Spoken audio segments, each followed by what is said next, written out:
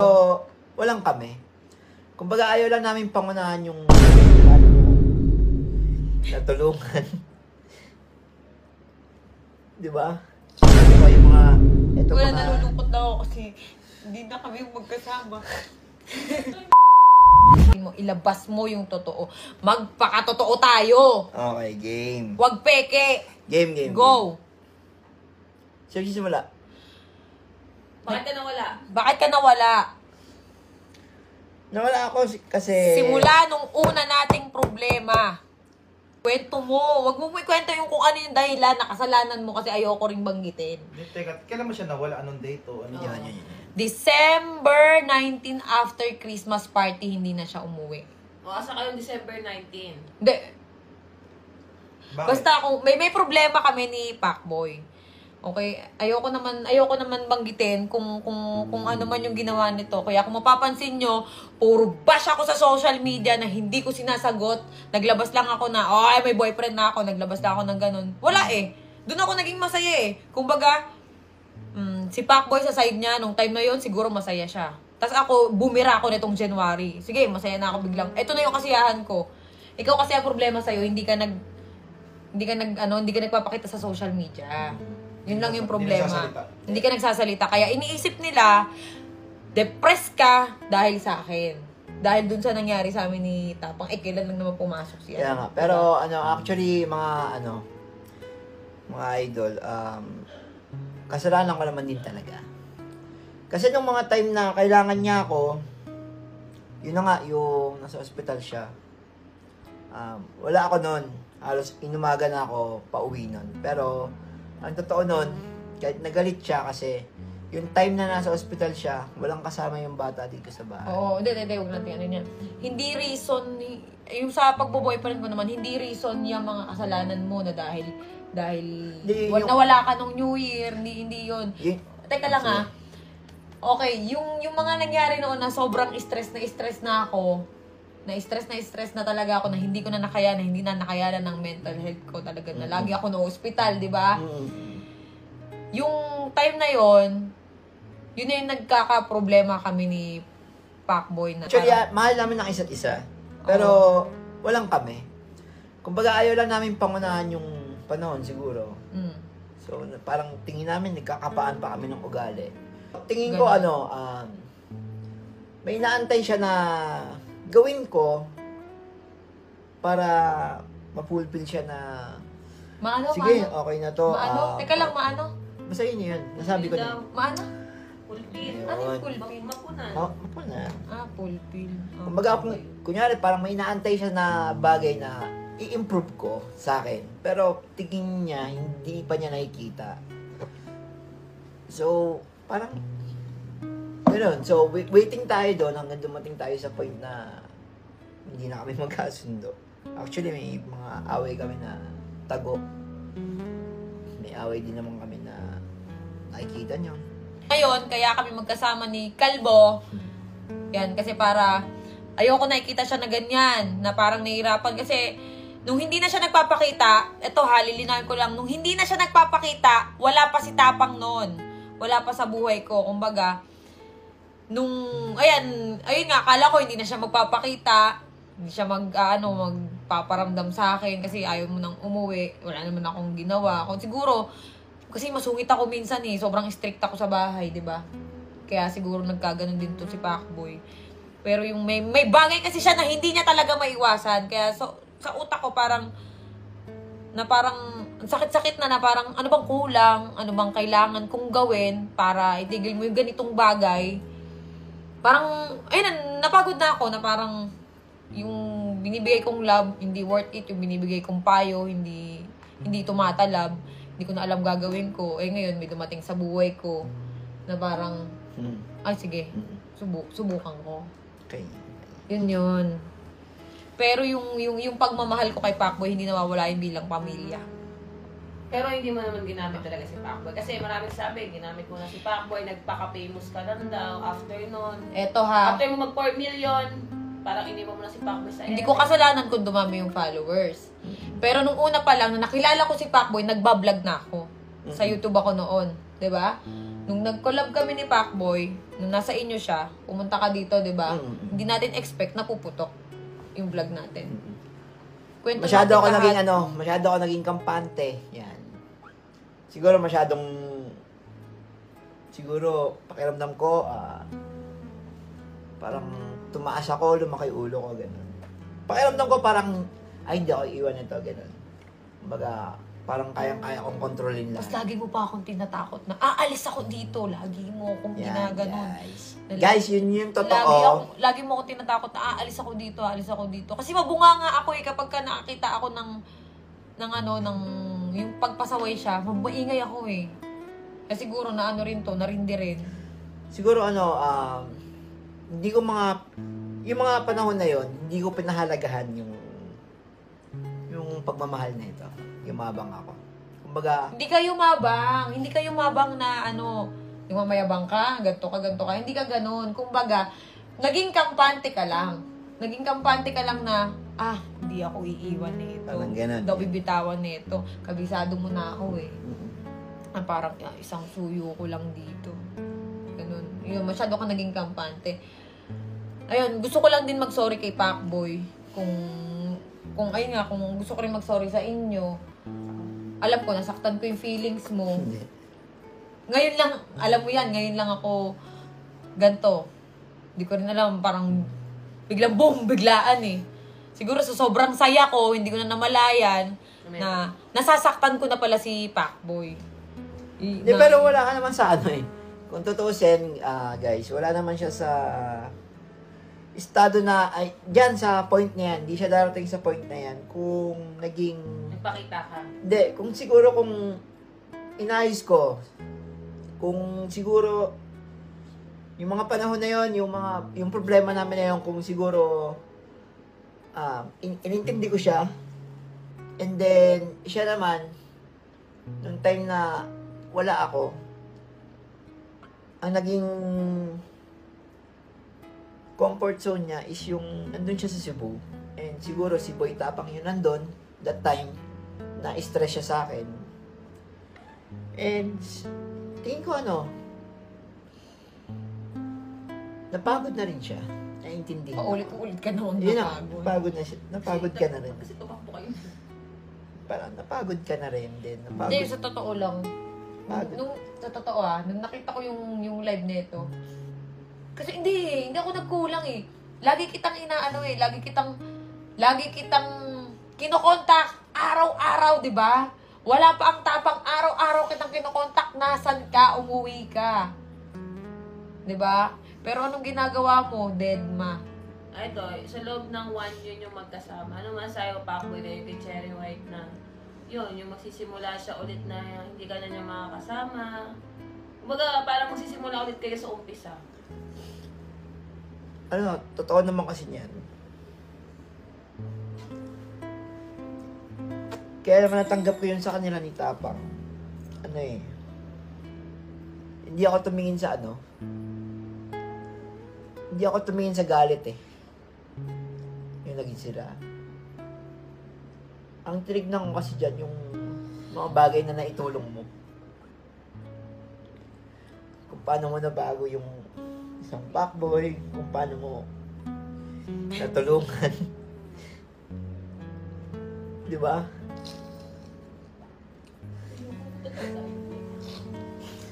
Hindi, Bobo yun mo yung kasi. tumingin ako sa hindi ako tumingin sa galit ko. Tumingin ako sa mga bagay na naitulong niya sa akin, sa kung paano niya ako binago. Teka lang, lilinawin ko lang tag dito, lovely. Yung mga vlog namin, sinasabi yung ginamit si Pacboy, nung nawalan siya ng page, yung mga video niya na ginagawa ko, yung mga content sa akin niya ina-upload sa page ko. Kaya guys, Ako pa nag-e-edit nun sa sobrang tamad mo. Alam ko yan. kaya nga, Todo trabaho ako. kaya itong mga itong mga oras na to, yung mga, Wala, nalulungkot na ako kasi hindi na kami magkasama. Ay, iyak ako, ina nyo. Masakit guys, pero kailangan natin tanggapin kasi tutusin, walang problema to tao na to. Sobrang bait neto. Sobrang bait. Hindi niya ako ginamit. Tinulungan niya ako tinulungan niya ako mag-grow. Yun. Pero Hindi, ano lang nasabihin ko lang na kaya ako kinausap si Pacboy ngayon. Kasi ito ko ngayon eh. Ayokong to si Kalbo na lugmok. Nakita ko na siya, na stress. Ganyan. Ayoko na makita siyang walang-wala, ganun. Di ba, pangako ko sa'yo noon na aayusin ko yung buhay mo? Diba? Tulungan mo rin yung sarili mo. Itigil mo kung ano yung dapat mong itigil. Tulungan mo kasi yung sarili mo. Kasi hindi ko na alam kung paano pag gumakaawa gagawin ko sa'yo eh. Bugbog sarado ko na nga, wala pa rin epekto eh. Diba? Sila Norbin, di yan nagkulang din sa'yo. Ang bait nila sa'yo. Sobra. Oo, hindi yan nagkulang sa'yo. Seryoso. Kahit ano magkasama pa tayo dito sa bahay, ang lagi kong kausap sa mga problema sa'yo, si Lovely lang. Lagi ko sinasabi sa kanya, di ba? Iyak pa nga ako. Lagi kong kausap si Lovely. Hindi ako naglalabas sa social media na ganito, may problema mo, ganito, ganyan, ganyan. Minsan gusto ko nang sabihin kung ano yung problema eh. Pero ayoko na lang banggitin kung ano talaga yung ginawa mo, kung ano yung ginagawa mo. Di ba? Para hindi naman sabihin ng ibang tao na, ay, ganito si Pacboy, ganyan. Hindi. Kung ano yung problema na lang ni Pacboy. Basta may problema, kumbaga, sa atin na lang yun. Diba? Hindi na para, ilantad pa yung ganun. May gusto ko ba sabihin? Ikaw, Chen, Hindi, wag kayong magtataka kung makakasama pa ako ni Pacboy sa mga video niya. Pero wala na kaming love team. Kumbaga, puputulin na namin yun. Magiging magkasama kami bilang pamilya. Ganon para, ayaw rin namin ng magkakagalit kami. Ayaw namin ng ganon. Tutulungan pa rin kami. Tutulungan ko si Pacboy. Gusto ko magkaroon ka ng sariling bahay. Yun. Yun talaga yung goal ko. Yun yung gusto ko. Tapos ngayon sila Kuya Norbin, si Lovely. Tutulungan ka rin yan. Hindi ka pababayaan yan. Kaya nga sabi namin sa'yo, huwag ka magpakalugmok. Bangon, di ba? Kung ano yung pagkakamali mo, siguro, na lang yan, aral. Pinitik ka ni Lord, na parang aral na lang yan, gano'n. Di ba? Hindi natin masasabi kung ano yung mga mangyayari sa mga susunod na araw, susunod na di ba? Ikaw, ano masasabi niya sa fans niya sa Pacboy, yung talagang solid Hindi, sa inyo? sorry. Kung ano yung ginawa ko. Tapos yung, dun sa mga nakita kong video, sumasayaw ako. Di ko rin expect, ba't ko nagawa yun? Wala eh, masaya ako eh. Huwag na tayo magpaka-impokrita, ganun ako eh. Di ba? Yun na yun eh. Kumbaga, naging masaya ako. Siguro sa sobrang saya ko, hindi ko na namalayan na ang pangit na pala ng tingin ng tao sa akin. Ganun, wala eh. Yun eh. Ngayon ko lang ulit kasi naramdaman yung ganun. Sobrang saya. Yung sobrang saya. Nandun talaga yung saya. Masaya talaga ako. Payo ko naman kay Pacboy, kung meron mang dadating, huwag ka muna magmadali. Ako kasi, hindi ko alam kung nagmadali ba ako. Hindi ko alam. Masaya ako eh.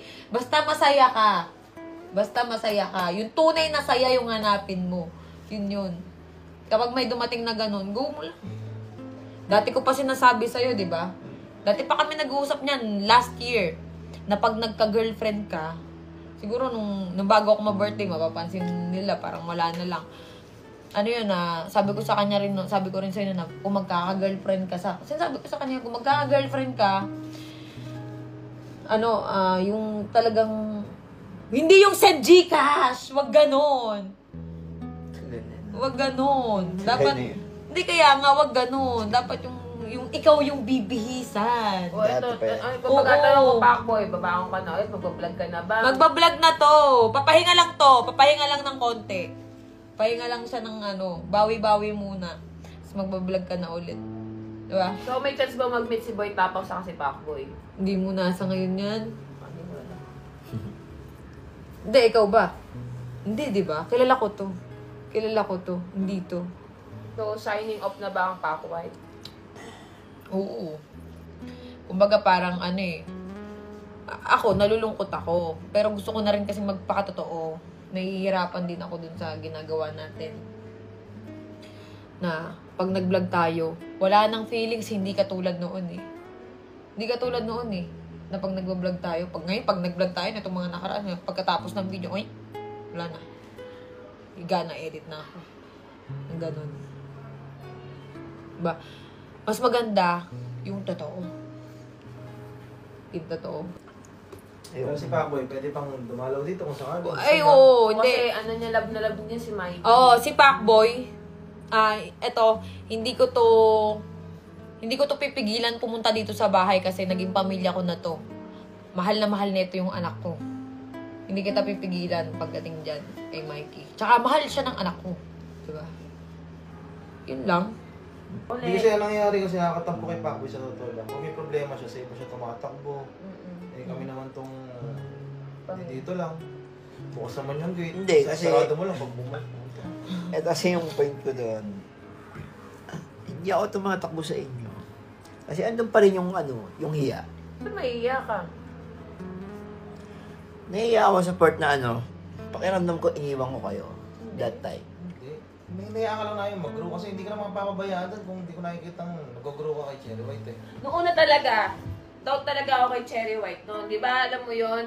Pero nung nakita talaga namin si Pacboy yung maayos yung buhay, gumaganda yung pananamit niya, yung parang, hindi na siya parang sidekick lang ni Norby. Kumbaga, nakikilala siya sa ibang character.